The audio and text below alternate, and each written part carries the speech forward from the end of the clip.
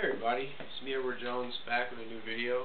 My previous video was an SHTF video concerning ice storm I braved through with my family in 2004. And I figured, I figured I'd think of some other experiences I've had to, to share with you guys out there on YouTube, who are interested in my channel, and some of the prepper and survivalist content that I've provided. But yeah, it was an ice storm. I braved through. Power's out for 3 days. Me and my grandparents made it through. This next story came several years later, towards my senior year of high school in 2006. I did FFA, Future Farmers of America. I was in that organization through my sophomore to senior year in high school, so about 3 years. And each year we'd have a cookout. Now, well, it was more so it was a barbecue. Now, by barbecue, I don't mean we just grilled food, which we did do a bit of grilling. But barbecue is essentially we're out, it's me and other people out there for. It was from 7 p.m. to 7 a.m. barbecuing hogs, 2 split hogs, cut right down the middle, like a dozen Boston butts, and some chicken, actually a lot of chicken, and making barbecue sauce and beans and bacon, and at 2 in the morning, that kind of thing.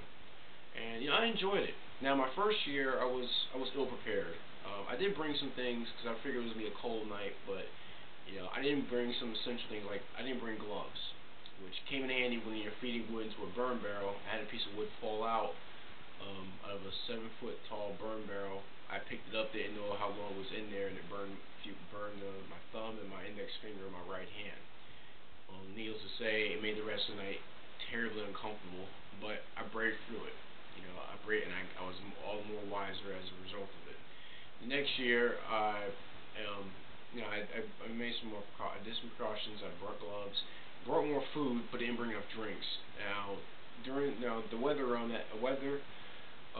throughout those years has always been rainy, and so it's always been good to try to. It's good to try. You think you would need a hot drink, which comes in handy a bit, but really it's good to have something refreshing, because something about the heat from the burn barrels and the cold air just dries my mouth out. And so I realized I had to step my game up for my senior year.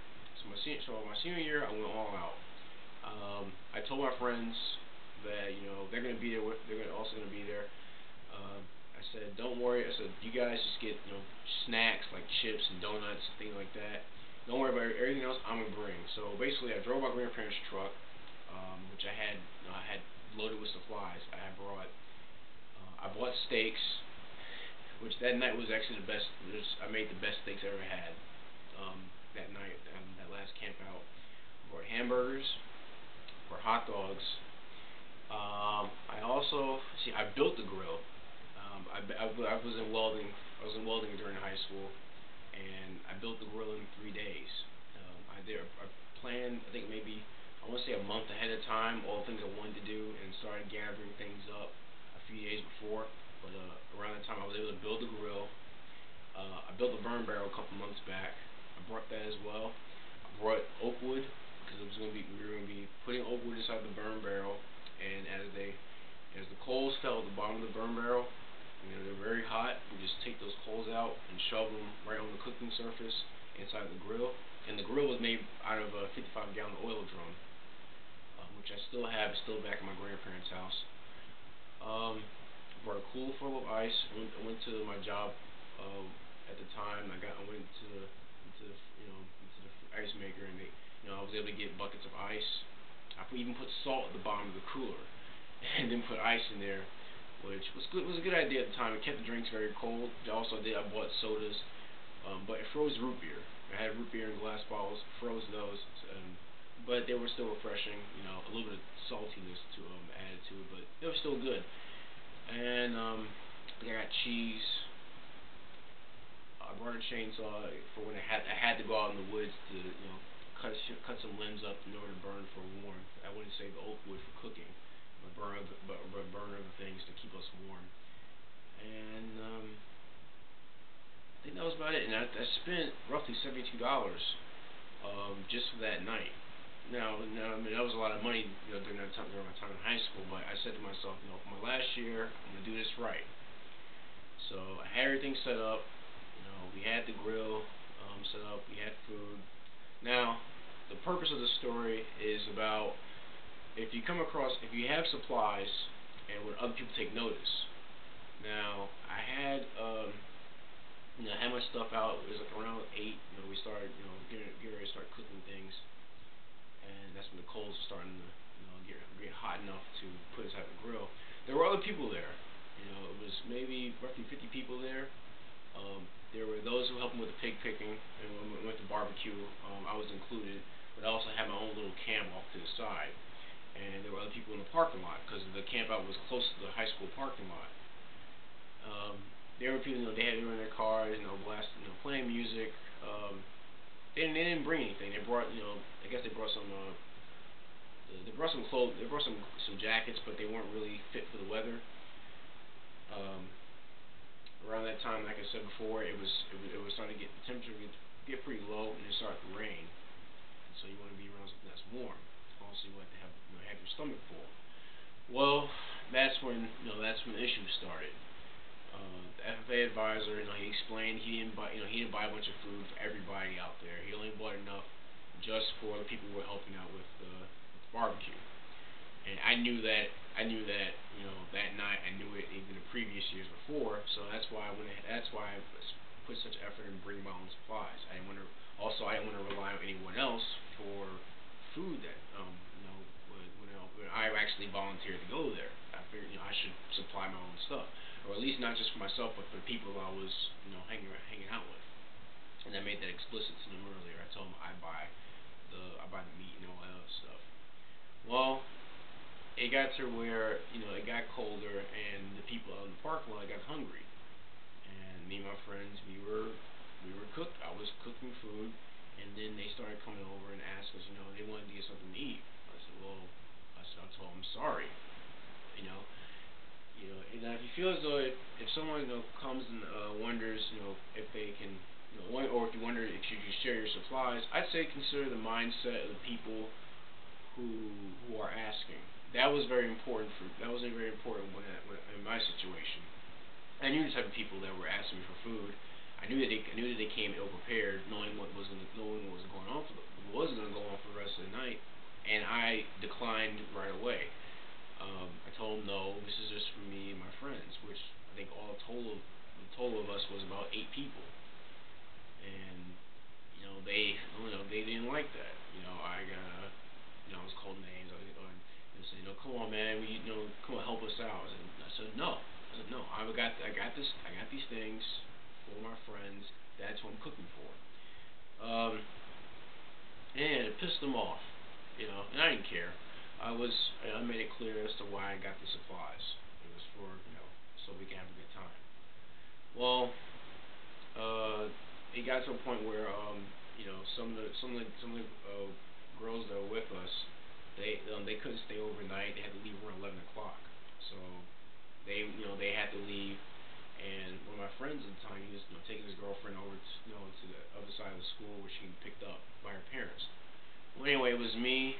I was just about left by myself with I think with 2 other friends of mine, and the other people who wanted the food. It was more of them. It was more of them and a few of us. So they kind of started to crowd around, started kind of intimidate me and my 2 friends who were left over, to try get us to give them some food. I wouldn't budge. Um, I didn't care about how many people there were. I wasn't gonna budge.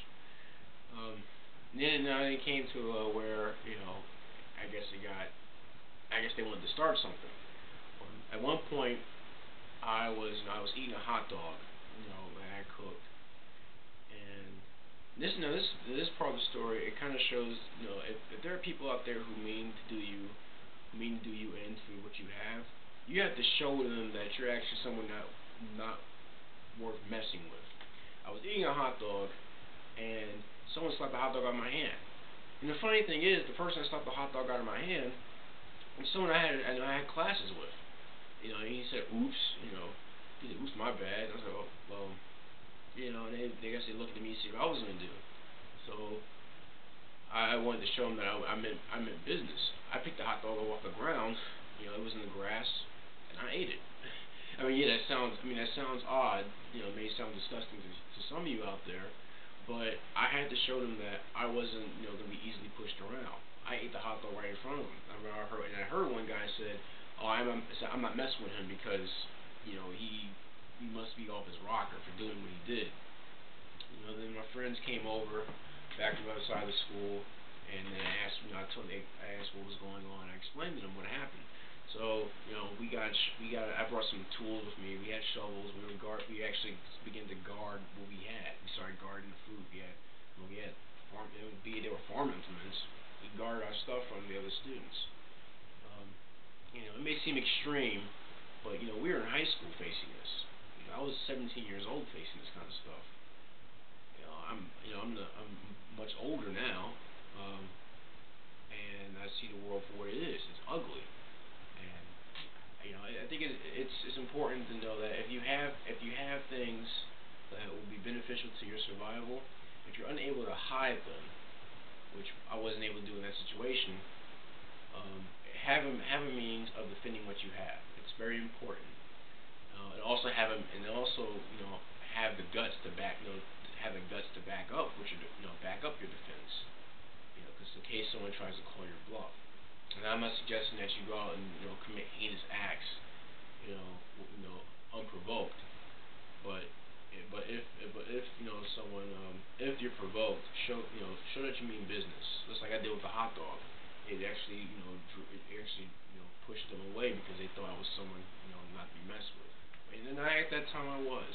I didn't want my stuff to be taken. I didn't want to be intimidated to give up what I had. Give up what I worked for just to have for mine and my friends' enjoyment. And that was I gained a big lesson from that experience about how people who don't prepare, how they'll act towards people who do prepare.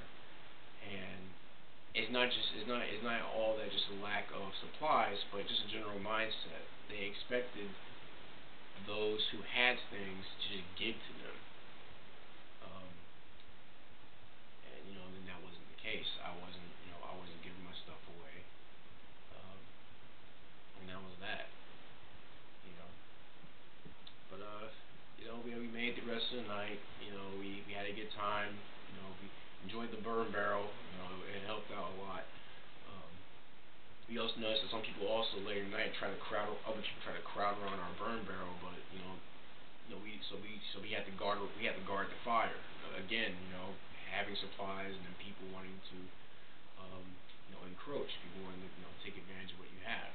But we guarded against that. And as the night got colder, they all stripped away. They all a lot of them went home. But I stayed out with my friends, for the rest of the night. Some of them also went home themselves because it's very exhausting. You go to class the next day smelling like hog fat, ash, oak woods, and smoke. And you're cold, but it was a great experience. Also, you got first dibs on barbecue, which was a very fun thing. But yep, that's my story. I wanted to share with you guys out there. Like I said, if you have supplies, and people do find out, if you're adamant about not sharing what you have, or not even just sharing, just not giving up what you have, stand firm. Um, stand strong, and have the means of defending what you have. It's very important because there are people out there who will take advantage of any perceived weakness, um, or even just people who try to call your bluff, which I guess is the same thing as perceiving weakness. But yep, that's my story. I'll see if I can come up with some more things that I've experienced in my past. I hope they become an educational tool for you guys out there. Please comment, send any PMs that you have about the video.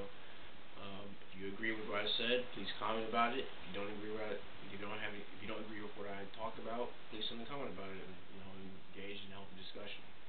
But yeah. story. I'm Edward Jones, and thanks for watching my video.